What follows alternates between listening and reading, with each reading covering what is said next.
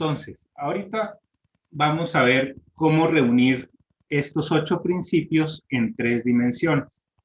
Entonces, acá vamos a ver estos mismos principios así. Primero está lo que los chinos llaman lo suscitativo, ¿no? Que es el trueno, que es esa fuerza de inicio, que también es como el uno. Lo vamos a relacionar con el color rojo, ¿no? El color rojo nos va a activar. Después vamos a ver el color anaranjado, es el segundo. Decimos que es cuando uno alcanza el corazón, ¿no? Cuando uno se siente estable, ¿no? Es lo sereno. Los chinos decían que ahí estaba el lago. Eh, Después viene el color amarillo, ¿no? El color amarillo sería el 3 y es el momento en el que uno puede hacer contactos. Entonces, acá el sistema funciona mostrando cómo los colores como el rojo y el amarillo al combinarse generan el anaranjado, ¿no? Entonces, estos son los colores que son cálidos, ¿no? Y si ustedes se fijan, todos inician, es decir, tienen en la parte de abajo un trazo yang, ¿sí? Este tiene un trazo yang, este tiene un trazo yang y este tiene un trazo yang, ¿no? Ese es como el ala de la inhalación, ¿no? Es el ala del construir. ¿Qué viene después? Una vez que uno ha buscado ese crecimiento, entonces uno se compromete con algo, ¿no? Y el compromiso tiene que ver con el número 4. Es, es una modalidad o sea, es la receptividad de los colores, ¿sí? Es como el negro.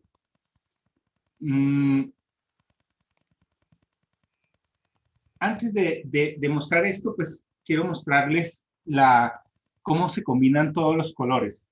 Básicamente, el sistema funciona con 3 colores primarios, el rojo, el amarillo y el azul. Cuando yo combino rojo con amarillo, me da anaranjado. Cuando combino azul con amarillo, me da verde. Y cuando combino azul con rojo, me da violeta. Lo interesante es que, pues, acá en el anillo interior hay 6 signos, ¿no? Sería 6 puntos, 6 colores. Y después vendría el 7 y el 8, que serían el blanco y el negro, lo creativo y lo receptivo, ¿no? Entonces, esa es la estructura básica. Ahorita, pues, vamos a ver cómo, pues, eso se grafica con los signos del I Ching, ¿no? Los trigramas. Entonces, en ese sentido, lo creativo está representado por el cielo para los chinos, por el sol para los occidentales, por el número 5, el color blanco, y pues es el signo que va a mostrar cómo todo confluye, ¿no? Porque todos los colores van a llegar a este punto blanco, ¿sí? Luego viene el momento de la exhalación, ¿no? El momento en el que todos los trazos van a empezar con un trazo yin, ¿no? Entonces viene el surgimiento del yin, que sería el viento, ¿no? Que es suavemente penetrante, decíamos, o es muy virgo, es muy paso a paso. Después vendría el color azul, que sería el que está más arriba, ¿no? Que va a mostrar la elevación y la perfección y la culminación de las cosas, que sería como el complemento de lo suscitativo que era el 1, que es donde todo comienza. Entonces es bien interesante que el número 7, pues que tradicionalmente representa lo más elevado, pues esté asociado a esta misma figura. Esta es una numeración que es diferente a la que se utiliza en el I Ching clásico, ¿no? Esta es la numeración astrológica. Y nosotros en este sistema vamos a basarnos totalmente en el orden astrológico. Entonces, esto es cómo leer el I Ching desde el orden astrológico, ¿no? Y en eso, pues sí, quiero ser claro porque si no puede haber una confusión, ¿no? Entonces, en este punto tenemos que escoger entre la numeración oriental y la occidental.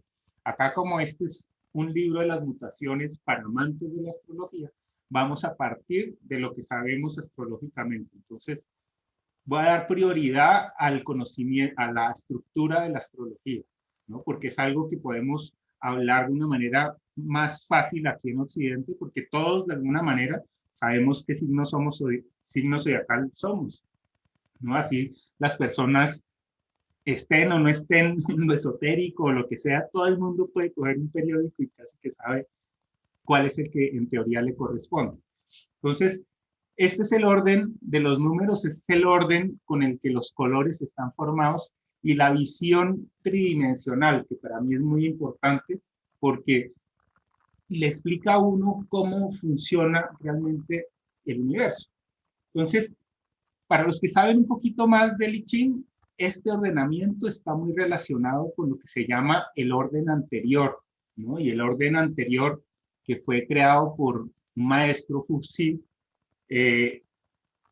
comparaba los signos en polaridades. Entonces, si ustedes se fijan acá, lo adherente se complementa al otro lado con lo abismal, ¿no? Si yo pongo los trazos de lo abismal encima de estos trazos, como que me da cero, ¿no? Se equilibran uno a uno, ¿no? Lo mismo va a pasar con este eje entre el 2 y el 7, ¿no? Que es de color anaranjado y color azul. Los dos colores son complementarios también, ¿no? Entonces, todo lo que le falta a este color de abajo es lo que tiene el color de arriba, ¿sí? Si algo no tiene este color de abajo, es como la solidez de lo superior. En cambio, este lo que tiene es esa solidez de lo superior, pero no tiene tanta, o sea, lo que está abajo es más receptivo, ¿no? Lo creativo termina siendo la mente, ¿no? El cuerpo y la emoción está ahí como más en suspenso, ¿sí se diría? Mm, lo mismo pasa entre este trigrama de acá, que es el verde, y el rojo, ¿no? El rojo tiene el trazo yang abajo y el verde tiene el trazo yin abajo. Entonces se complementan tanto en color como en forma. Y eso para mí fue quizá lo más importante de todo cuando empecé a crear todo el sistema, porque yo decía, es tan hermosa esta correspondencia entre los trigramas que cuando veía en el libro cómo explicaba qué color le correspondía a cada uno de a estos trigramas, yo decía, pero no coordina porque a nivel de la paleta de colores yo los veía más como colores representativos de diferentes cosas, pero no como esa estructura cromática, ¿no? Entonces, acá sí la estructura cromática es fundamental, ¿no? Y va a representar un orden del mundo equilibrado, donde lo blanco, lo negro, ¿no? Las líneas llenas y las líneas vacías se entremezclan y van permitiéndonos llegar a ese punto ideal que está en el centro, que es la no dualidad, ¿no? Donde ya se elimina todo este tema de las polaridades y accedemos como a ese todo, ¿no? Que podemos llamar Dios o llamar como universo, a mí me gusta llamarlo orden, ¿no? Es el orden total, ¿no? Si cogemos esos números y los alineamos, pues da el orden astrológico tradicional. Y también, pues acá sí se ve exactamente esto como una escala musical, ¿no? Una escala, hay muchas escalas musicales. La escala tradicional de Fusí, por ejemplo, es una escala que se puede usar. Después hay otras escalas que van a representar el movimiento del Sol alrededor del planeta. La astrología tiene su propia escala para hablar de cómo es ese viaje del héroe, ¿no? A través del tiempo, ¿no? Entonces, acá pues se ve como si fueran notas, ¿no? Y esto serían como las barras de un equipo de sonido, ¿no? Hay un momento en que la nota inicial está más baja, empieza a subir y luego tiene como una vibración, ¿no? Como un sonido más alto, más claro, como brillante. Después viene el silencio, ¿no? Y después hay el todo, ¿no? Es el intérprete. Realmente, cuando uno pasa de este 3 a este 4 cambia de dimensión y aquí está en una dimensión que es de absolutos, ¿no? Vuelve a retomar aquí en el 6, ¿no? Entonces, En el 6 empieza a pasar lo mismo que estaba pasando acá, pero con líneas femeninas. Entonces viene esta femenina primero muy bajo, luego lo femenino empieza a subir y después pega el salto, ¿no? Entonces hay una simetría perfecta en la disposición de estos trigramas. Eso es importante para que la estructura del sistema sea coherente, que no sea, ah, no, es que yo me inventé un orden diferente al que sabían los chinos y al que han usado por miles de años, y por qué, ¿no? Entonces, esta es la explicación por qué, con qué orden y con qué simetría y por qué esta es una estructura que es terapéutica, ¿no? Es terapéutica porque ordena. Entonces, esto pues en la astrología es ese viaje del héroe en donde se nace con Aries, se encuentra el cuerpo en Tauro, se comunica y busca unas opciones en Géminis, se compromete y se conecta con lo interior y empieza a gestar en Cáncer, después da a luz a alguien y contiene y ese adentro de ese ser pues hay otro ser, y ese es Leo. Después viene los procesos de Virgo, ¿no? Si uno encuentra la luz en Leo, después viene un trabajo que es inherente a esa luz que se encontró. Ese trabajo pues va a llevar a un nivel de perfección, ¿no? De excelencia, que es lo que representa el número 7 y también Libra, la balanza, el punto de mayor equilibrio. Y finalmente viene la transformación de Escorpio, que es la muerte, y el poder conectar nuevamente. Si ustedes ven esa flecha, como que nos lleva otra vez al principio, al número 1. Entonces, el 8 y el 1 se conectan en ese punto central. Y ese es el punto que decimos que es el del ave fénix, donde se muere y se renace, ¿no? Entonces, este es un viaje que es bien interesante y que yo dije, pues, ¿cómo lo represento? Entonces decidí hacer un paisaje, un lugar, un mundo en donde todos estos principios se podían transitar, ¿no? Eran espacios por los que uno podía andar. Entonces dije, ¿cómo sería la representación del color rojo, del número 1?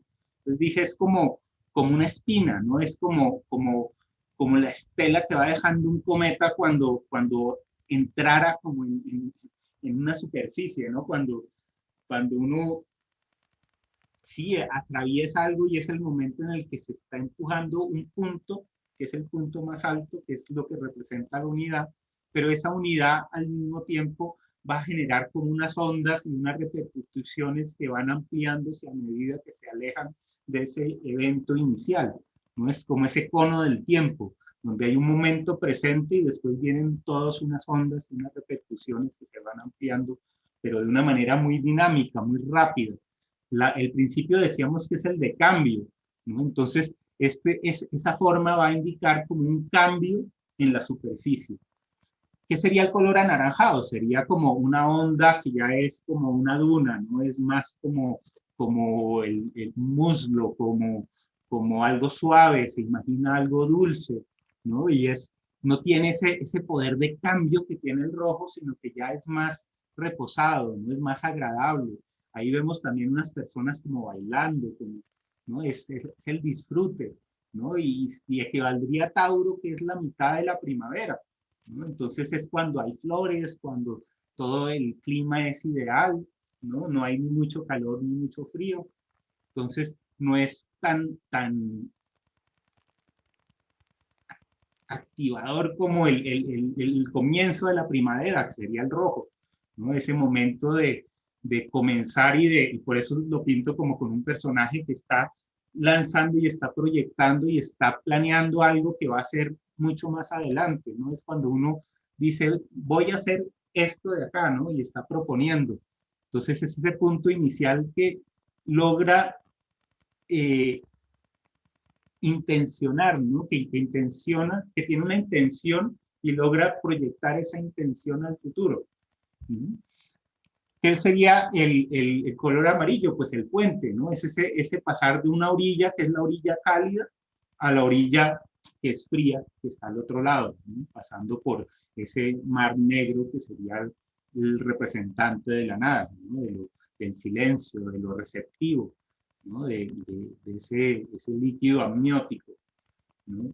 El verde, pues se representa como una cantidad de montañas, porque son todos esos trabajos que uno sube, baja, sube, baja, sube, baja, ¿no? Está todo el tiempo haciendo cosas y podría parecer infinito, ¿no? Todo lo que sean las ondas, como las ondas que hace una gota de agua al caer en un estanque, pues esas ondas, esas repercusiones también van a estar muy asociadas al color verde. Después ese verde va a transformarse y va a llevar al color azul, que es cuando lo que está abajo se eleva, ¿no? Y por eso es como una fuente, es como una montaña invertida, ¿no? Porque lo que está mostrando es que lo fuerte está arriba, ¿no? El poder está arriba y acá yo puedo ver las cosas desde lo más alto, ¿no? Aquí pinto una persona que también está bailando, pero está como conectándose con el cielo, ¿no? Y una vez que se ha conectado con el cielo, pues como todo lo que sube baja, viene el color violeta que representa los abismos, ¿no? Y las grutas. Yo me imagino que aquí estaría la entrada como al inframundo, ¿no? Y por eso ahí pinto una persona que sería la sacerdotisa que está guardando ese mundo interior, ¿no? Que es otro nivel, ¿no? Uno de este nivel podría pasar a otros niveles, ¿no? Y la puerta entre los niveles estaría en ese punto, ¿no? Que también es un punto mágico. Y, y finalmente, pues estaría esa esfera, que es el sol, o ¿no? El blanco, el todo, la esfera, que representa el punto, ¿no? Y ese sería pues lo creativo, ¿no? Y el mismo, el personaje que está ahí saludando, pues es creativo y representa pues la presentación de todo el sistema. Entonces, esto mismo se puede ver como el ciclo lunar. Entonces, en el ciclo lunar hay dos momentos que son fundamentales. Uno es el momento de la luna nueva, que lo vamos a representar aquí abajo, y otro, el momento de la luna llena, que lo vamos a representar acá arriba, ¿no? Este esquema funciona tal como el ciclo femenino, ¿no? Hay un momento en el que hay una menstruación, que es este punto de abajo, y hay un momento de mayor fertilidad, que es este punto que está arriba. Los mismos cuadrantes van hablando de ese proceso. Entonces, va a haber un proceso de inicio que va a llegar a un punto en el que se comienza la máxima fertilidad, que es este cuadrante que está acá. Y luego de tener esa máxima fertilidad, pues se, se actúa en consecuencia de lo que sucedió acá, ¿no? Y esto depende de lo que, de esta química, ¿no? Entre lo masculino y lo femenino del punto de mayor iluminación, ¿no? de la luna. Entonces, este ciclo nos lleva también a pensar en la respiración. Entonces, cuando uno inhala, está recibiendo, después en los ejercicios de meditación se contiene la respiración por un lapso y luego se exhala, ¿no? Y aquí uno bota, ¿no? Y aquí se ve como todos los trazos pues, son femeninos en la parte de abajo. Y acá todos son masculinos en la parte de abajo. Entonces la energía aquí sube y aquí baja, ¿no? Aquí hay, esto está subiendo y acá viene el Tao, ¿no? Entonces, si esto fuera simétrico, este color blanco debería estar acá para que todos los que tienen un trazo fuerte estuvieran de este lado y todos los que estuvieran con un trazo blando de principio estuvieran acá. Pero se intercalan, el que debería estar acá pasa a la izquierda y el otro a la derecha, ¿no? Entonces, así es el mismo Tao, ¿no? Una superficie blanca dentro de la cual hay un punto negro y una superficie negra dentro de la cual hay un punto blanco. Entonces, este orden también resuena con toda la filosofía y con todo el espíritu del I Ching, así sea un orden que no es el clásico, no es el tradicional, ¿no? Yo diría, para los que conocen, que este sería como el diagrama del cielo occidental, ¿no? Porque hay un cielo occidental y hay un cielo oriental. Los orientales ven el mundo diferente a como la vemos nosotros. Esto es inevitable porque desde la misma escritura tienen una forma de entender los conceptos diametralmente diferente a nosotros, que lo hacemos con letras que tienen una organización lineal y donde para nosotros las letras no tienen significados en sí mismas. Nosotros no sabemos qué significa una L o una T y qué diferencia hay entre una L y una T. para los chinos todo tiene un significado, ¿no? Y eso nosotros lo hemos perdido. La cábala lo ha mantenido pues toda la vida, ¿no? La cábala sí se fija tanto en las letras como en las sílabas, como en las palabras. Y eso es lo que estamos tratando de reproducir aquí, ¿no? Esa coherencia entre el sonido, entre la palabra, la letra y todos los colores y todas las vibraciones. Entonces, este ciclo lunar va a mostrar también otro equilibrio bien bonito, que es por elementos. Entonces, habíamos hablado de que si había un fuego personal, va a haber también un fuego colectivo. Y aquí están en el mismo eje, ¿no? En el eje, este eje entre esto y esto. Si hay una tierra personal, también va a haber una tierra colectiva. Si hay un agua personal, va a haber un agua colectiva. Si hay un aire personal, va a haber un aire colectivo. Entonces, esos son los 4 ejes. Hay uno de los ejes, por ejemplo, el de aire y fuego, es yang, es masculino. Y el de tierra y agua es yin, es femenino. Entonces, el ciclo va mostrando un ordenamiento perfecto entre lo yang y lo yin, lo yang y lo yin, lo yang y lo yin. Aquí se puede entender mucho más fácil cuál sería la función de los 4 últimos signos del zodiaco. Entonces, por ejemplo, Sagitario sería el que permite conectar este fuego personal con este fuego colectivo. Capricornio sería el que permite conectar esta tierra personal con esta tierra colectiva. Acuario sería el que permite conectar el aire personal con el aire colectivo. Y finalmente Piscis sería el que nos permite conectar esta agua personal con esta agua colectiva.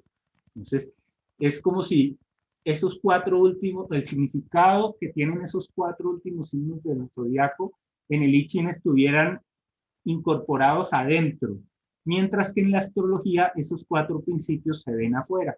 Entonces, la astrología termina siendo yin y el I Ching sería yang en este sentido. O se podría ver al revés. De todas maneras, son polaridades que son complementarias, ¿no? Es como el espiral hacia afuera y el espiral hacia adentro, ¿no? Los planetas pues van también a representar de una forma muy elegante la disposición de las energías. Entonces vamos a decir que lo creativo está relacionado con el Sol, mientras que lo receptivo está relacionado con la Luna. El Sol, como símbolo, es un círculo que va a representar el ser y tiene en el centro ese punto que representa el lugar que decimos que es el hombre. Por el otro lado, la Luna va a representar esa conexión entre 2 puntos y por eso se pinta como una C, como una, ¿sí? un doble nexo entre 2 puntos, ¿no? Que ese es el 4, ¿no? Y eso representa este mismo símbolo. Entonces, esos son los dos no planetas, porque el Sol es una estrella y la Luna, pues es una luna, no es un satélite. Entonces, estos dos van a estar apoyados por unos ayudantes, ¿no? Entonces, ahí es donde yo relaciono esto con el ajedrez, ¿no? Y es el ajedrez y es el mismo sistema de regencias astrológico clásico. Entonces, vamos a decir que el fuego colectivo o la reina es la reina del ajedrez y el rey sería el que es receptivo. Vemos que el rey se mueve solo un cuadro, ¿no? Está muy metido en sí mismo, mientras que la reina es la que puede atravesar el tablero de lado a lado y en todas las direcciones, ¿no? Ese sería el sol. Después vienen unos alfiles, ¿no? Que son son los consejeros de los reyes, ¿no? De la pareja real. Entonces, va a haber un consejero que es un aire personal y va a haber otro consejero que es una tierra colectiva.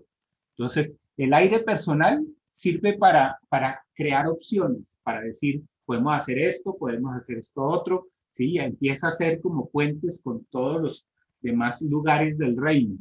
Mientras que la tierra ya es como la disciplina, el orden, ¿no? ¿Por qué? Porque este principio alfil está antes de la fertilidad, ¿no? Esto lo vemos siempre como que esté girando en el sentido contrario a las manecillas del reloj. Entonces, este, este aire personal, que diríamos que es Géminis, ¿sí? Todavía no se ha comprometido, ¿sí? Todavía no está gestando. ¿Qué pasa con este alfil que está al otro lado? Ya gestó, entonces ya tiene una responsabilidad, ya tiene un trabajo, ya tiene algo que hacer, ya no puede estar brincando como este de un lado al otro, ya tiene algo, un compromiso que dio, ¿no? Ya dio su palabra, entonces ya no parte de lo que él quiera hacer, sino depende de lo que, ¿no? La circunstancia ya dio, ¿no? Ya, esto ya es un hecho, ¿sí? Por eso acá ya hay que empezar a soltar y aceptar, mientras que en el otro lado yo puedo empezar a proponer, ¿no? Entonces, esos serían los dos alfiles. Después vendrían los dos caballeros, ¿no? Los caballos, que serían esas fichas que pueden cambiar de carril, ¿no? De un momento a otro, y van a mostrar como esa articulación entre lo masculino y lo femenino.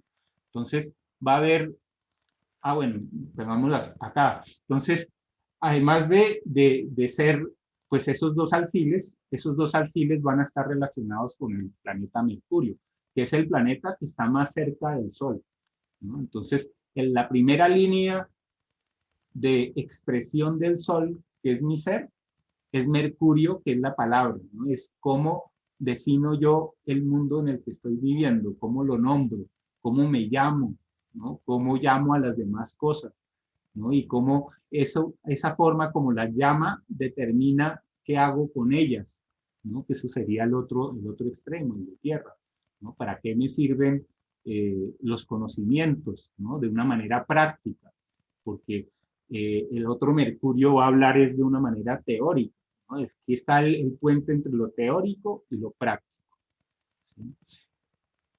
¿Qué es lo que sigue? Pues sería lo venusino, ¿no? Es el planeta que viene después de Mercurio en el orden, ¿no? Y ese ya va a ser eh, el contacto con la Tierra, ¿no? Venus va a ser un punto medio entre Mercurio y Marte, ¿sí? O sea, Venus por eso siempre va a ser como de puente, y hay dos tipos de Venus, ¿no? El Venus que decimos que es diurno y el Venus que es nocturno. Entonces, el Venus que es diurno sería equivalente a Libra, que es el azul.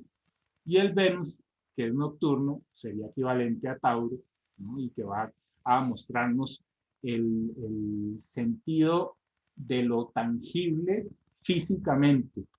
Mientras que el otro nos va a ver hablar del sentido de lo tangible mentalmente, porque Libra va a concebir los objetos mentales, las ideas las va a concebir como objetos, ¿no? Que puede tocar y que inclusive puede escribir, ¿no? Puede ponerlos en diferentes lugares, puede articularlos, puede hacer una cantidad de cosas con las ideas, viéndolas como tangibles.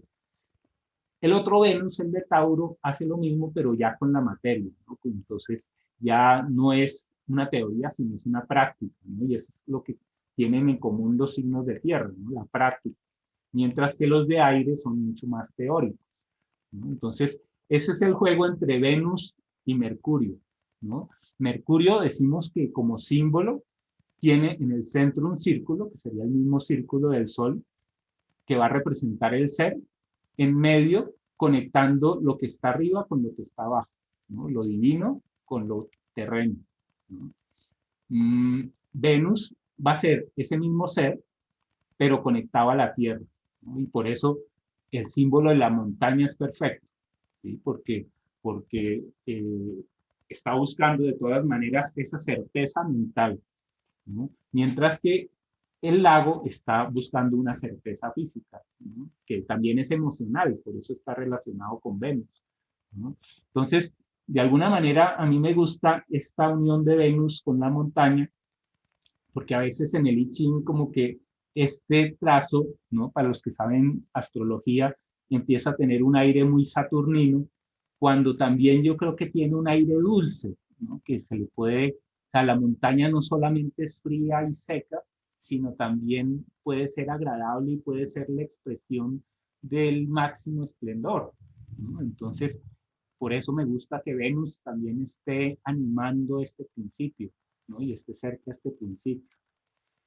Y finalmente está Marte, ¿no? Que es el último planeta antes de que empiecen los planetas que ya son gaseosos, ¿no? Y son como las torres, ¿no? Son las líneas de defensa contra lo desconocido, ¿no? O serían las líneas de defensa que protegen este punto en donde la muerte se convierte en vida, ¿no? Aquí habría como un templo, ¿no? Donde uno pasa de este punto abismal al suscitativo, ¿no? Entonces, hay también dos Martes, ¿no? Un Marte diurno y un Marte nocturno. Ambos van a abrirse camino, pero uno se va a abrir camino desde el día, ¿no? Y se va a abrir camino de frente, va a querer que todo el mundo sepa que yo soy el que está abriendo el camino, y el otro Marte va a ser el que no va a querer que sepan que él es el que está abriendo el camino. ¿Sí? Es como el gusto un poco por lo secreto, ¿no? Por lo oculto, porque yo debo poder tener algunas cartas que no muestro, ¿no? Entonces, ese es el derecho a veces al silencio, ¿no? Y al poder adorar lo interior, ¿no? Mientras que lo otro es la capacidad de que las personas me conozcan, ¿no? Y todo eso pues tiene que ver con ese principio que se va abriendo, ¿no? Esa pues es la estructura conectando los dos principios para que pues lo vemos desde otro punto de vista. Entonces, este es otro diagrama en el que ya voy a hacer es una relación entre, como una especie de piedra roseta, en la que hago una reflexión, ¿cómo diría lo mismo con 9 sistemas diferentes? Entonces, una de las formas, pues es como ya vimos, con los trigramas. Y vimos que esa forma puede ser perfectamente compatible a los primeros 8 signos del zodiaco. Pero entonces empiezo a ver que hay símbolos que son muy parecidos en otras culturas. Por ejemplo, en el tarot hay una carta del trueno, de la torre, ¿no? Y en el calendario maya hay un sello que se llama la tormenta, ¿no? Entonces, tormenta, el trueno, ¿sí? Y la torre del ajedrez, pues están muy relacionadas. En terapia floral, por ejemplo, se habla de la esencia impatiens, ¿no? Porque esto naturalmente va a generar impaciencia, ¿no? Pero acá también vean que la cantidad de esferitas que hay en este símbolo y la cantidad de esferas que hay en este símbolo. Entonces también esto va a hablar de abundancia, ¿no? El momento en el que las cosas surgen, que puede que surjan de una manera un poco caótica, pero de todas maneras están mostrando un inicio, ¿no? Entonces, pues eso es lo suscitativo, ¿no? Por otro lado, si vamos a ver Tauro o el lago, pues también vamos a ver que hay una carta que se llama el sacerdote, ¿no? El, el papa, ¿no? Ese papa se puede asociar al signo de la semilla. Y al principio, pues yo decía, ¿y esto cómo se ve? Realmente, cuando uno ve la carta en el tarot de Marsella y uno se fija en los dos personajes que están abajo, uno se va a dar cuenta que el personaje de la derecha está lanzándole como una semillita al de la izquierda. Uno lo está dando y el otro lo está recibiendo, ¿no? Y hay esta figura que está arriba, que está como supervisando todo el evento. Entonces, acá también pues hay una figura que está arriba y hay como estos dos personajes, ¿no? Entonces, curiosamente pues hay una relación entre la idea de que lo que uno siembra aquí pues es un tema que es espiritual, ¿no? Y eso es lo que da serenidad, ¿no? Ve que Buda, por ejemplo, es Tauro, ¿no? Y todo el tema de la quietud, del silencio, de la meditación tiene mucho que ver con Tauro. Y eso pues es un arte, ¿no? También, y por eso, pues, el caballo, ¿no? En la esencia floral sería la esencia gentil. Géminis, por ejemplo, eh, pues vemos que son los puentes y todo esto, y en el tarot hay una carta en donde hay un ser humano en la mitad, escogiendo o poniendo atención a una madre y a una doncella, ¿no? La madre le pone la mano sobre el hombro, ¿no? Te dice, yo estoy por encima. Y la mujer, la doncella, le pone la mano en el corazón, ¿no? Entonces, esto habla de esa lección, ¿no? De que tiene que hacer uno cuando uno ama la raíz o ama el condicionamiento o ama la libertad, ama las posibilidades. Y finalmente, esta es una elección imposible porque al final hay que integrar las dos, ¿no? Y eso es lo que nos hace humanos, ¿no? Sería lo mismo, ese mismo caduceo que tiene esas dos serpientes y en el centro un báculo, ¿no? Ese sería el alfil, ¿no? Es esa función que nos aconseja, ¿no? Y ahí también viene como esa imagen de la conciencia yin y la conciencia yang, ¿no? Eh, que también pues está alineada con esto. Si vamos a ver, por ejemplo, lo receptivo, entonces cáncer y el cangrejo, pero entonces también hay una sacerdotisa, ¿no? Entonces la sacerdotisa tiene un libro y el libro pues tiene palabras a un lado y al otro, que es casi que podemos decir que este símbolo representa el mismo libro, ¿no? En el calendario maya hay un símbolo que se llama la luna, ¿no? Que tiene mucho que ver con esta carta, ¿no? Porque si ustedes ven en la carta del tarot, pues la mujer tiene como un toldo un toldo como unas paredes, porque son como los brazos de la silla, ¿no? Entonces, eso muestra es como la contención, como el abrazo, ¿no? Entonces, eso es muy lunar, ¿no? Y la luna y lo femenino y la sacerdotisa va a estar relacionado también, pues, con esa figura de, del rey en el ajedrez o de la madre, ¿no? En toda la cultura occidental. En terapia floral, pues se va a utilizar la esencia clematis, ¿no? Que es la que climatiza, la que hace que haya como ese clima de amor, ¿no? Que va a unirlo todo. Después miremos, por ejemplo, Leo, ¿no? Leo o lo creativo. Pues en el tarot hay una carta del sol. Y en el calendario maya también hay una carta del sol. A mí lo que me parece más impresionante es que la carta del sol del tarot tiene un sol en la parte de arriba y dos personajes en la parte de abajo. Y los mayas representan el sol como un círculo con dos puntos. ¿No? No sé si esto pues representa el sol con Mercurio y Venus o por qué ambos conciben un sol tan parecido. A mí eso me parece pues fuera de todo, ¿no? Entonces, esa sería la fusión reina, ¿no? Que es como una fuente. Por eso en terapia floral se utilizaría la esencia verde, ¿no? Para la Virgen, ¿no? Virgo o el viento, pues habría la imagen del ermitaño, ¿no? El que camina paso a paso. Curiosamente, en el calendario maya también hay un sello para la fuerza terrestre que se muestra como una espiral, como con un bastón acá. Entonces, estas dos, pues yo también las puedo conectar mentalmente con mucha facilidad, ¿no? Sería otro de los alfiles, ¿no? Este maestro consejero, ¿no? Que es Centauri, el centauro, y que una vez también nos conecta con Quirón, ¿no? Que es el sanador, el centauro, ¿no? El que va a tener una herida y por eso va a caminar más lento, pero igualmente va a ser el mejor sanador de todos, ¿no? Y la misma Virgen tiene una función sanadora. Entonces, después viene Libra, ¿no? Lo que está arriba, ¿no? La montaña. Y entonces hay una carta del tarot que es la justicia, que tiene también una balanza. Curiosamente, en el calendario maya también hay una carta que se llama el viento, que parece una balanza y que pues representa también las ventanas, ¿no? Que ellos usaban, que eran en forma de T, ¿no? Que permitían pasar el viento. Y Libra es un signo de aire, entonces ahí correspondería perfectamente, ¿no? Es otro de los caballos. En terapia floral se utilizaría la esencia esclerantus.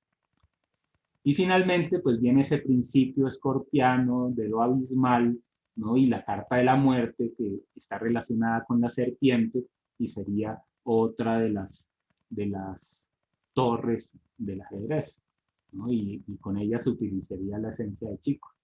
Entonces, a raíz de todas esas relaciones, pues también uno podría pintar esto como una historieta, ¿sí? Entonces, en esta historieta, pues primero hay una secuencia, ¿no? Que es clara, que ya vimos, 1, 2, 3, 4, 5, 6, 7, hasta el 8.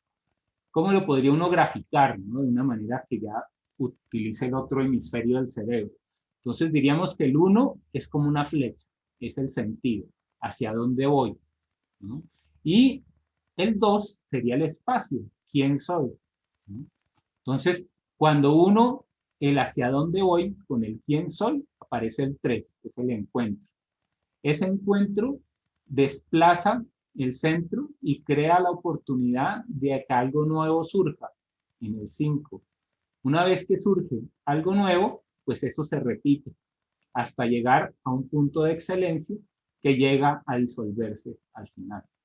Entonces, esa es otra forma también de representar lo mismo, pero con otros símbolos, ¿no? O sea, ahí es donde se ve que realmente uno no debe casarse con ninguna de las formas particulares y debe quedarse con el principio creativo que los junta a todos, ¿no? Donde todo es válido, donde yo puedo pasar de lo astrológico a lo maya, al tarot, a la terapia floral, al ajedrez, a las vocales, a lo que yo quiera, ¿sí? Esa es la flexibilidad del sistema, siempre teniendo muy presente lo que es el principio creativo.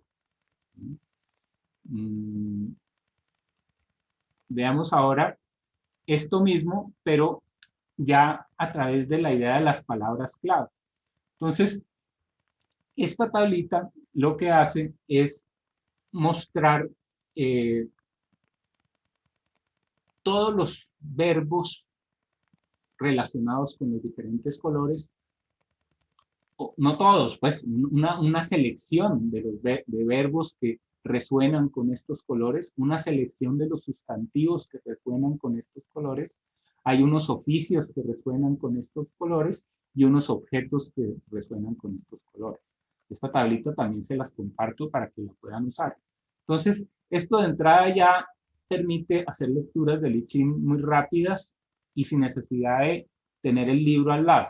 Entonces, por ejemplo, si a mí me sale una combinación de rojo con verde, ¿sí? Entonces voy a conectar por ejemplo, el agilizar con la idea de los terapeutas. Entonces voy a poder reflexionar en qué medida uno puede agilizar un proceso terapéutico. Y entonces, bueno, después hacemos la relación con el I Ching, que ese sería el signo del aumento, creo, ¿no? Donde abajo está Chen y arriba está Sun. Bueno, eso sí lo miramos después con más detalle, pero la idea es que con estas mezclas uno puede hacer una cantidad de combinaciones increíbles. Entonces, vamos más adelante porque creo que falta bastante por mirar. Esto mismo, pues la combinación de colores, pues va a dar esta paleta de 64 escenas. Estas escenas están hechas de tal forma que los signos que están abajo van a representar los personajes, aquí en este momento están acá, y los signos que están en el trigrama superior van a representar los paisajes. Entonces, hay 8 posibles paisajes y 8 posibles personajes. Y eso da todas las posibles combinaciones de colores. Eso es lo que finalmente, pues, he consignado en esta tabla, que ya es la tabla que incluye el orden que desarrollamos en Syncromoon, que es el orden, pues, que, que resuena con el orden astrológico. Eso lo miramos ya en la siguiente clase, cómo funciona exactamente. Entonces, ahora, ¿cómo me dispongo a recibir toda esta información que estamos viendo acá? Entonces, lo primero es tener claro que el universo es todo información, estamos rodeados de información, todo se está comunicando en todo momento con nosotros. ¿Qué pasa? Que nosotros muchas veces no tenemos los canales de comunicación, no sintonizamos con las frecuencias que nos permiten traducir, decodificar esa información. Entonces, sistemas como el I Ching, la astrología, el tarot o el Solking nos ayudan a crear esa sintonía. Yo he visto que cada uno de estos sistemas tiene una relación con uno de los 4 elementos. Entonces, es muy fácil asociar al I Ching con el agua, porque el I Ching es introvertido, es magnético y va a explicar lo que no se puede explicar. La astrología, por otra parte, es extremadamente mental, ¿no? Es de aire. Yo tengo que aprender muchísimo para estudiar astrología. Tengo que comparar una cantidad de posiciones y de fuentes, ¿no? En el I Ching es más lo raigal, ¿no? Como que el I Ching llama a la tradición, llama a lo antiguo, ¿no? Y por eso es el agua, ¿no? Es más tradicionalista, mientras que la astrología es más de aire, ¿no? Es más de entender, ¿sí? Las cosas de una manera objetiva, decimos que el aire es objetivo. ¿Sí? Después vendría el tarot, ¿no? El tarot es puro fuego, el tarot saca una carta y la leo en un instante. Uno cuando sabe leer el tarot, casi que la primera vez que coge el mazo ya lo sabe leer, porque simplemente necesita que uno pueda mirar una carta y hablar al respecto, sin ningún tipo de filtro mental, sino simplemente decir, yo veo aquí esto, ¿no? Y simplemente al describir la carta se está describiendo todo, ¿no? Entonces, esa es una conexión de fuego. Y el Solking, pues tiene ese punto de que está basado en un calendario que se fija en un momento que se dice que es el momento de inicio y a partir de ese momento de inicio se establece toda la secuencia de cosas de una manera racional con todo ese sistema de opiniones que ellos tienen para contar los días, que es complejísimo y hermosísimo. Entonces, son 4 formas de aproximarse a la información que todo el tiempo el universo nos está brindando. Entonces, luego viene el que yo puedo con estos sistemas hacer tanto una interpretación constructiva como una destructiva, ¿no? Y si bien el principio destructivo y el constructivo coexisten y deben integrarse, en el universo siempre debe haber una preponderancia de lo constructivo sobre lo destructivo para que la evolución pues, siga un curso fluido. ¿Sí? Entonces, la cuestión es cómo aprendo yo a hacer lecturas constructivas, porque con el mismo I Ching yo me puedo hacer mucho daño. Yo puedo leer e interpretar el I Ching de una manera que me deja a mí pues como lo peor, ¿sí? O puedo hacer una lectura que me abre todas las posibilidades. Y eso es, para eso yo tengo que escuchar mucho, tengo que poder hablar, tengo que poder inclusive enseñar. Cuando uno enseña, aprende el doble, ¿no? Entonces, escuchar a otras personas interpretar ayuda a encontrar cómo se puede hacer una lectura más constructiva, ¿no? Que empodere más, que sea muy precisa para encontrar los talentos, ¿no? Y sacarlos a la luz, ¿no? Esto pues indudablemente está enhebrado, ¿no? Con la personalidad del que interpreta. Hay personalidades que son más predictivas y eso es importante en el I Ching, ¿no? Hay personas que quieren saber qué va a pasar y hay otras que quieren saber más es cómo son, ¿no? Entonces yo digo que las que tienen una predilección o una tendencia más llevada al tiempo tienden a interesarse más por las predicciones y los que tienen un balance más orientado hacia el espacio tienden a interesarse más por lo psicológico. Por eso es que en astrología es muy claro que hay una astrología predictiva y una astrología psicológica. ¿Sí? Diríamos que en el I Ching también tiene por lo mismo que haber un I Ching predictivo y otro I Ching psicológico, ¿no? Un I Ching que no sirve para ver qué me va a pasar, si me voy a casar o no me voy a casar, sino quién soy, ¿no? Y también para dónde voy. Entonces, para mí, yo sí tengo una predilección por la astrología psicológica y por el I Ching psicológico. La parte de predicción, pues es para personas que tienen en su estructura mucho más fuego y tierra. Yo soy puro aire y agua. Entonces, tengo el talento para hablar de cosas que no son el tiempo, ¿no? Y del espacio. Como arquitecto, mi campo es el espacio. Entonces, el punto de unión entre lo predictivo y lo psicológico es el presente. Cuando uno habla del presente, puede verificar inmediatamente lo que se está diciendo. Si a mí el I Ching en un momento me dijera que yo estoy triste y yo me siento feliz, puedo decir, no, aquí se equivocó. En cambio, si estoy preguntando por el futuro, pues puede ser como puede no ser, o puede que yo me esté condicionando a que cumpla, ¿no?, lo que el I Ching me había dicho inicialmente. Entonces, cuando uno se va al futuro, corre mucho riesgo de estar predeterminando, y sobre todo cuando está viendo cosas que no son positivas, ¿no? Entonces puede uno estar programándose mal, ¿no?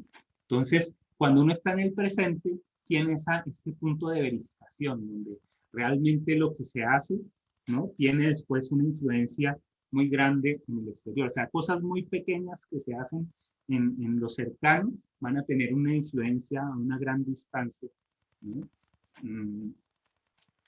Entonces, eso es fundamental también, ¿no? ¿Qué tipo de lectura estamos haciendo?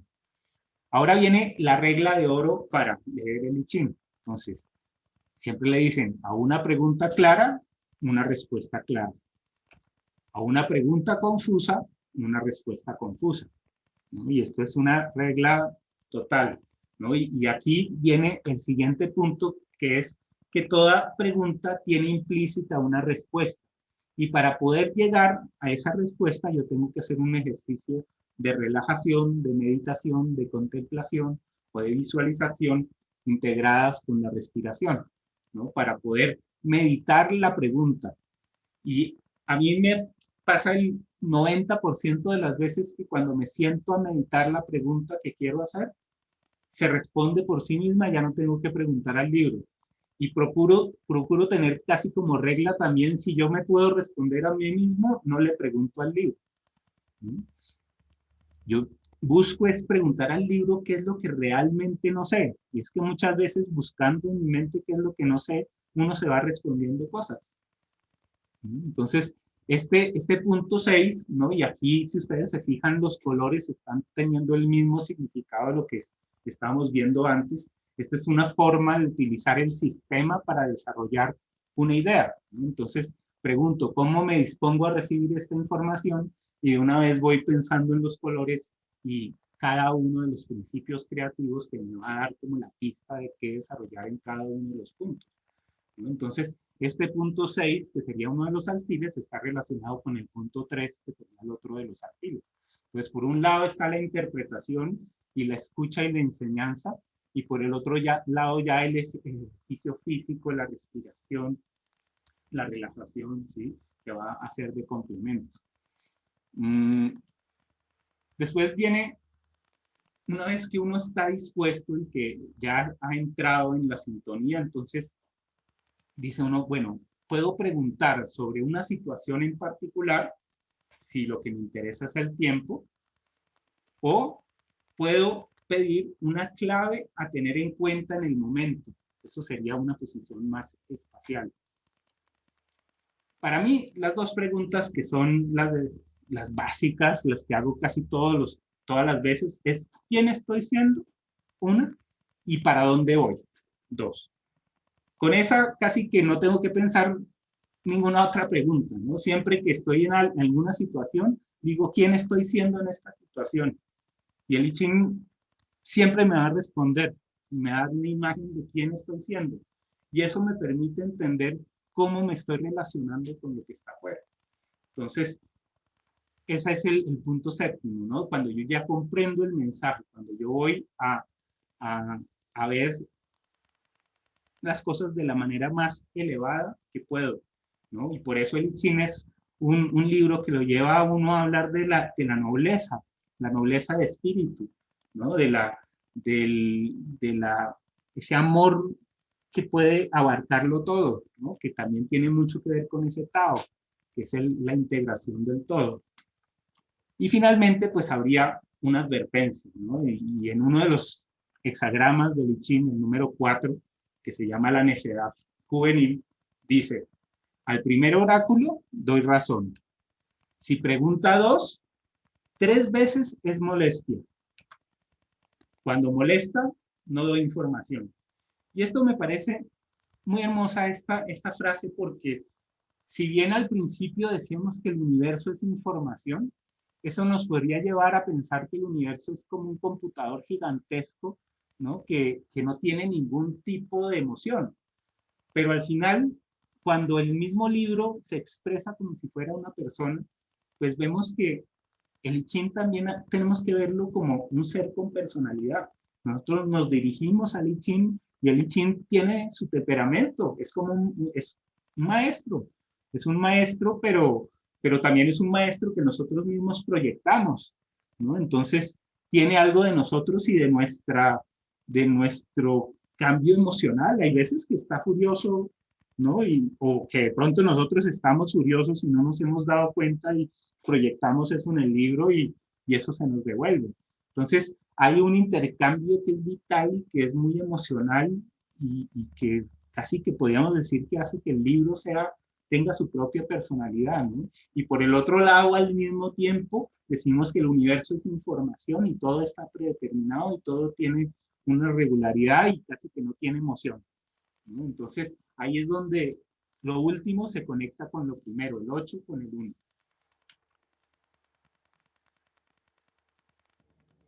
Entonces, pues, repasando rápidamente, pues, el tema de la respiración, pues, nos va a permitir sincronizarnos con el ciclo del, del día, ¿no? El amanecer, el día, el atardecer y la noche.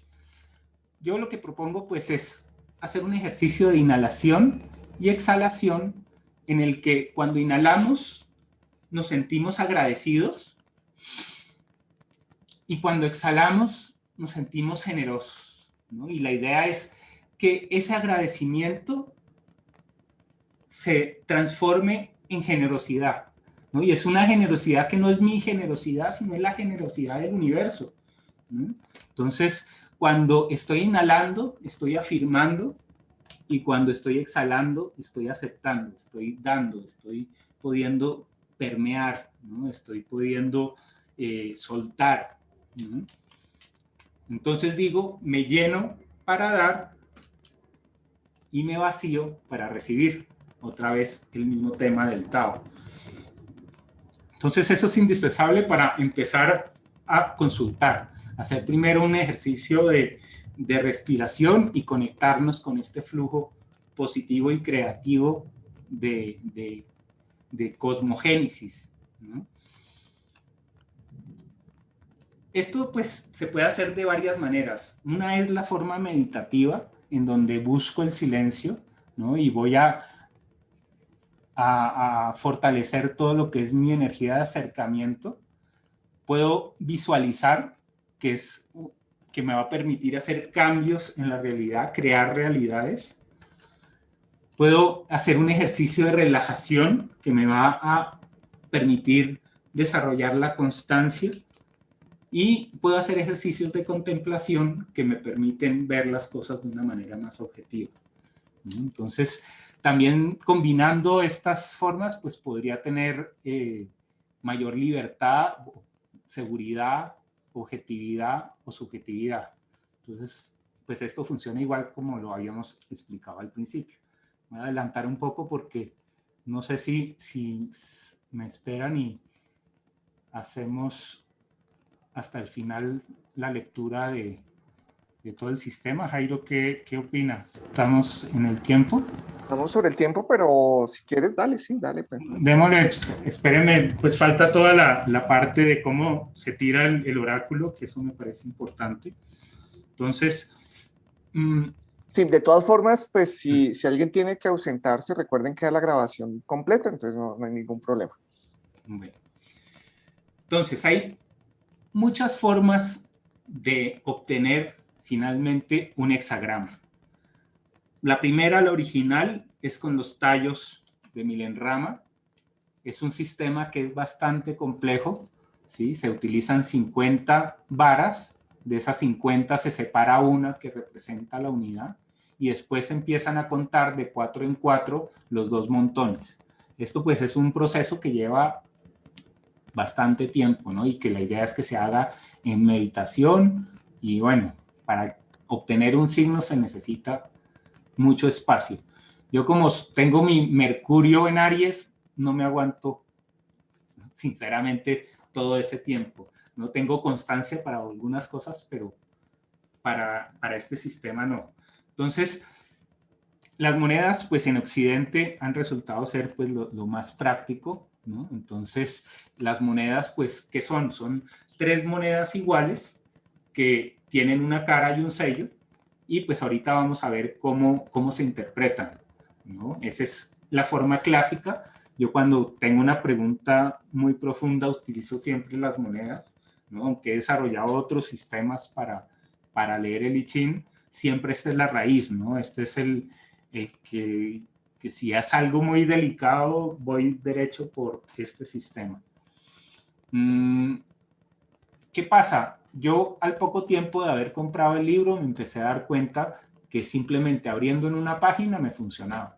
Y yo ahí empecé a tener como una revelación porque ¿cómo así que uno podía abrir en cualquier parte? O sea que no había forma de que uno se saliera del orden. Para mí eso fue increíble porque de alguna manera me decía que si yo, por ejemplo, tiraba un vaso de vidrio al aire y caía en el piso y estallaba en 1000 pedazos, cada uno de esos pedazos me iba a dar una información. Otra cosa es que yo no sepa decodificar esa información, pero igual todo eso es parte de un orden, ¿no? Y no puedo salirme de ese orden, por más de que quiera.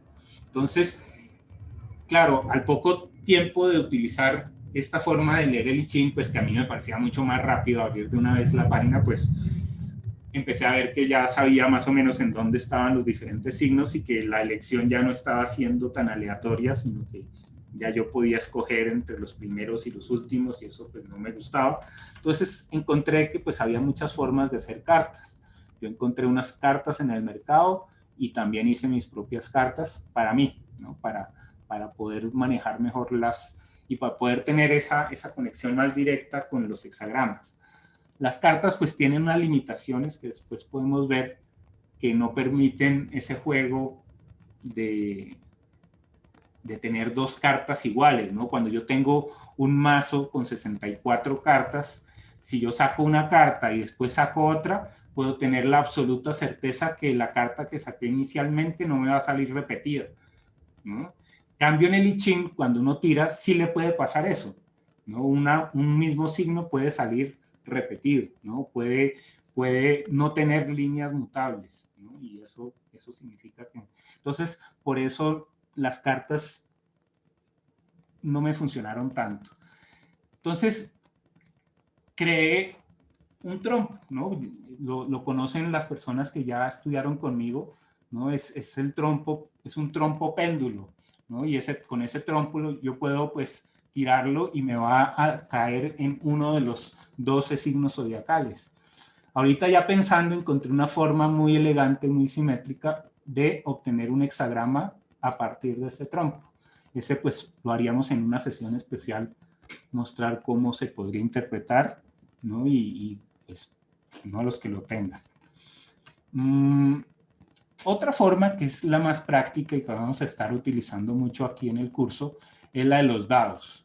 Si uno consigue unos dados de estos que se usan en los juegos como Dungeons and Dragons, son unos dados que son octaédricos, ¿no? El octaédrico es una figura de los sólidos platónicos que tienen 8 caras formadas por 8 triángulos equiláteros, ¿no? Entonces, esto pues es muy fácil para uno tener un hexagrama porque yo lo que hago es tener un dado negro y un dado blanco. Como convención digo que el dado blanco representa el trigrama inferior y el dado negro representa el trigrama superior. Y entonces solo tiro los dos dados y me sale un hexagrama. Cuando vuelvo a tirar los dados, obtengo un hexagrama que va a ser el complementario y me puede salir tanto cualquier otro signo como el mismo que había salido inicialmente. Entonces ahí tiene como una ventaja con respecto a las cartas, ¿sí? Entonces este sistema también pues lo vamos a desarrollar en su momento con más detalle. El otro sistema, pues por supuesto, es el Syncromoon, ¿no? Que ya es esta alianza que hicimos con Jairo, en donde logramos conectar todo el sistema de la astrología con sus decanatos y dodecanatos con el sistema de I Ching. Entonces, creamos un sistema que tiene 144 sentidos, ¿no? Que serían los dodecanatos de la astrología, y 64 estaciones del alma, ¿no? Que serían los signos del I Ching, ¿no? Y esto pues el I Ching ya se va a ver con una cantidad de ruedas, y esto tiene pues una explicación que también haremos en su momento, que pues va a ser muy práctica para trabajar todo este tema, sobre todo integrando astrología y lo del libro de las mutaciones. Luego venía lo que pues hablábamos de los pájaros, ¿no? Y con los pájaros también quería hacer referencia de que cuando uno va caminando por una montaña y ve un pájaro o ve un lago o ve sí, algo que le recuerda un hexagrama, uno puede conectar con la información, ¿no? No necesariamente tirando monedas o tirando cartas o tirando dados o trompos o teniendo programas se puede leer el I Ching. El I Ching por eso tiene toda esta figuración con montañas, con truenos, con ríos, porque la idea es que uno lo ve todo el tiempo alrededor, uno está totalmente rodeado de esta información, ¿no? A lo que me refería con el vuelo de los pájaros es que si uno establece un perímetro donde uno tenga ubicados los 8 principios en el espacio, uno cada vez que ve un pájaro llegar a uno de esos lugares puede entender que ahí se está hablando de un trigrama inferior. Y si ese pájaro se mueve en alguna de las direcciones, yo puedo ver cuál es el segundo trigrama. Y puedo fácilmente, teniendo como un laboratorio, como un observatorio, ¿no? Sería astrológico, no sería astrológico, sino, no sé cómo llamarlo, pues más natural. Uno podría también conseguir mucha información, ¿no? Y no tendría que tirar ninguna moneda. Entonces, esa conexión con la naturaleza también es importantísima. Y pues por último, la intuición, que es que yo también puedo pensar y reflexionar en los signos del I Ching sin necesidad de tirar nada, simplemente por intuición decir, esto es lo que corresponde en este momento, ¿no? Que es el ideal cuando uno ya ha leído mucho el libro, pues uno ya sabe pues todos los consejos y los tiene en la cabeza, no tiene que preguntar cuál me corresponde, porque ya sabe uno, ¿no? Por pura experiencia que corresponde en cada momento, ¿no? Entonces también hay otro acercamiento al I Ching. Entonces finalmente veamos rápidamente para los que no saben cómo tirar un hexagrama, cómo dibujarlo, pues cómo es el sistema. Entonces, siempre se lanzan 3 monedas iguales, ¿no? A mí no me interesa si son chinas, rusas, lo que uno quiera, ¿no? Lo que importa es que sean iguales y que tengan una cara y un sello, y pues idealmente que para uno tengan un significado especial o que uno las haya, pues dependiendo del tipo de persona, porque si es más fuego de pronto pues le sirven tal como están, y si es más tierra necesita hacerles unos procesos de limpieza ¿no? Eso ya depende de la persona. Entonces, cada 3 monedas que se lanzan van a crear una línea, y ese proceso se hace 6 veces de abajo hacia arriba. Ahorita lo vemos más claro. Vamos a decir que las caras valen 3 y que los sellos valen 2, ¿no? Y entonces voy a hacer unas operaciones. Entonces tiro las 3 monedas al aire, ¿no? Hago primero pues toda la meditación y todo esto. Procuro que pues las monedas giren mucho y no caigan siempre en la misma posición. Y entonces cuando esas 3 monedas, el valor de esas 3 monedas suma 7, voy a dibujar una línea horizontal, una línea llana. Cuando esa sumatoria da 8, entonces voy a pintar una línea abierta, una línea yin. Pero también, si por ejemplo me salen 3 treces, pues me va a dar el valor 9. Y cuando me da el valor 9, entonces sucede una cosa bien especial en el I Ching. Y es que se dice que todo lo que llega a ser extremadamente fuerte se convierte en su contrario. Entonces, cuando hay una línea que es yang, pero es muy yang, porque aquí es 9, es absolutamente yang, es predecible que en algún momento se transforme en su contrario, ¿no? Entonces, lo que vamos a hacer es ponerle un circulito a esa línea yang para después hacerle un procedimiento que ya veremos.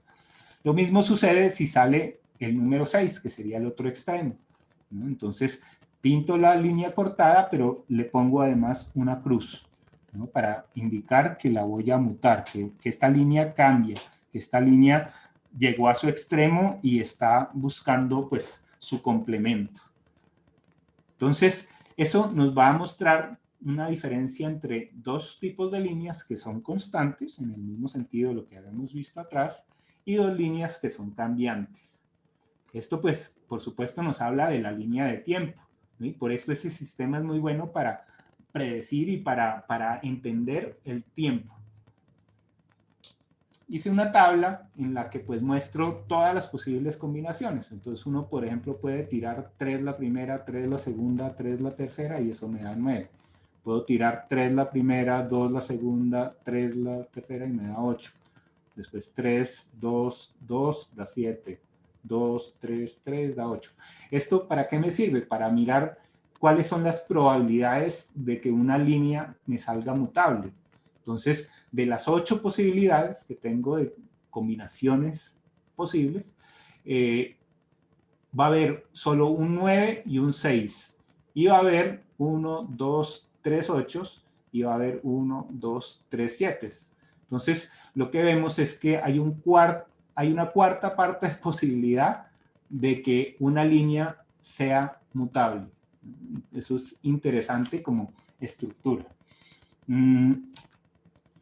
Entonces hagamos un ejemplo. Supongamos que tiramos 2, 2 más 3, eso me da 7, entonces pinto una línea horizontal. Si saco después 3, 3, 3, eso sería 9, entonces pinto una línea y le pongo un círculo. Si después me sale 3, 3, 2, eso equivale a 8, entonces quiere decir que pongo una línea y no es mutable, es llena. Después, en el siguiente heptagrama, voy a poner 2, me sale, por ejemplo, al azar 2, 2, 2, y entonces eso equivale a 6, entonces quiere decir que pondría una línea cortada resaltada o mutable. Si me saliera 2, 2, 3, eso diría que me salió 7, entonces pinto una línea llena. Y finalmente digamos que me ha salido 3, 3 y 2, que eso da 8, y esa también es una línea que es un yin que no muta, ¿sí? Entonces, esto ya me dio aquí un hexagrama, ¿no? Que tiene un trigrama inferior y un trigrama superior.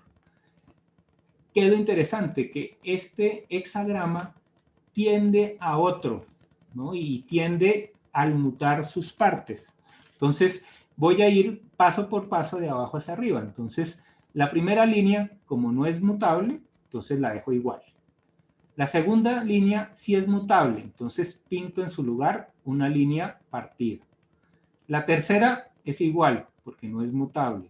La cuarta sí tiene un cambio, entonces pongo una línea completa. La quinta es igual y la sexta es igual. Aquí me salió otro hexagrama, ¿sí? Entonces me va a dar un hexagrama de inicio y un punto o un sentido, ¿no? Si decimos quién soy y para dónde voy, ¿no? Entonces cumpliría pues como con toda esa visión de tiempo y espacio. Esto, una vez que tenemos estos dos signos, entonces nos vamos a la tabla y entonces voy a tener en las tablas una columna en donde voy a tener todos los signos que van a estar abajo y otra, una fila en la que se va a ver los signos que voy a tener en el trigrama de arriba. Eso me va a dar estas 64 combinaciones. Entonces yo voy en la tabla, busco la combinación, voy al libro y voy al número y con el número pues ya me voy o al libro o puedo ya después ir a todas las ayudas que les vamos a dar acá para interpretarlo ya astrológicamente. Esta tabla pues también ya tiene algo de lo astrológico que se entiende mejor en la que tenemos después en colores. Entonces, hasta ahí pues esa es la base de la primera parte. Ya Perfecto. pues continuamos la siguiente. Bueno, una pregunta aquí rápida de Sergio. Espérate, te la ubico. Él preguntó en algún momento cuando estabas mostrando la matriz alquímica, ¿dónde quedaría, por ejemplo, dónde quedaría en proceso, por ejemplo, Acuario? Sí, ya te lo muestro. Espérate que lo hice. A ver. Veámoslo acá mejor. Aquí. Estamos viendo ya. Ya. Entonces, Acuario es un signo de aire. Entonces, lo que viene es a conectar de una manera mental. Entonces, en el I Ching hay dos formas de mente, ¿no?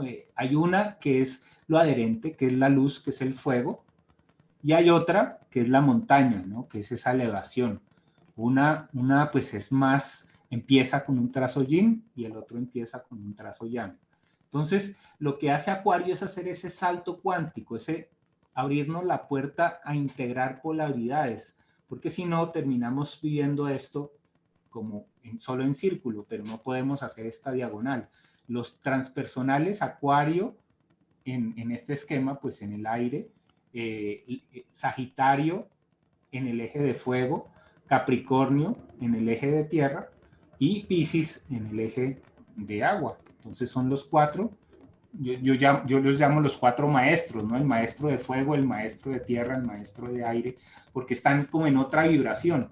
Por eso también yo lo represento por bigramas a los Acuario, Piscis, ¿no? Y Sagitario. Y ellos los represento por bigramas y no por trigramas, porque están como en otra jerarquía.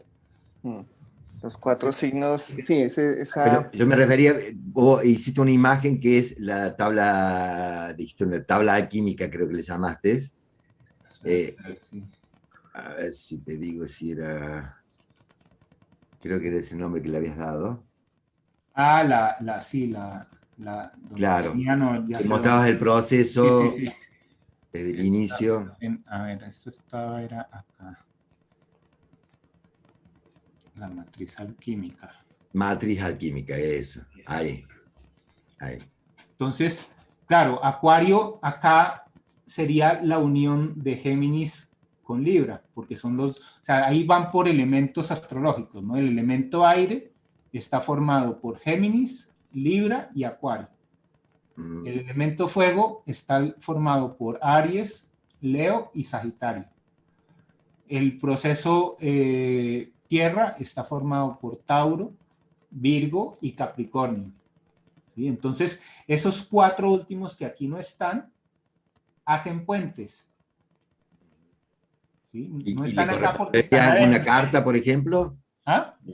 ¿Le correspondería o vas a encontrar una asociación con las cartas del tarot, por ejemplo? Sí, para eso tengo otro esquema. Yo pues tengo varias tablas. No te quiero sacar, es una duda que me quedó cuando vi la tabla de química nada más. Siempre que vemos Capricornio lo vamos a asociar a Saturno, ¿no? Y si lo asociamos a Saturno, pues ya lo podemos asociar también a la montaña, ¿no? Entonces, sí, de Capricornio voy rápidamente a la montaña, porque es lo que limita, ¿no? De alguna manera, es lo aquietante. Y Capricornio o Saturno son aquietantes. Entonces, lo mismo que dice Capricornio ya lo está diciendo la montaña en cierta forma. Entonces, lo que pasa es que lo que yo entiendo por montaña va a incluir Capricornio, ¿no? En cambio, en la astrología saca Capricornio como algo transpersonal y dice eso está más allá del humano. En el I Ching esto está dentro del humano, ¿no? Es fundamental la estructura. La estructura son mis huesos y no la voy a ver afuera, lo voy a ver adentro. Entonces esa es la visión oriental que va hacia adentro versus la occidental que saca lo mismo afuera. Entonces, sí, el uno lo tiene por fuera, los 4 elementos, y el otro los tiene por dentro. Los uno los llama bigramas y no habla mucho de ellos porque son estructura interior, y los otros los pone afuera, dice son lo máximo, son, ¿no?, el apogeo y la yin y yang. Perfecto. Bueno. Bueno, gente, muchísimas gracias. Bueno, no, Ok, voy a parar grabación. Ya les comparto un par de observaciones.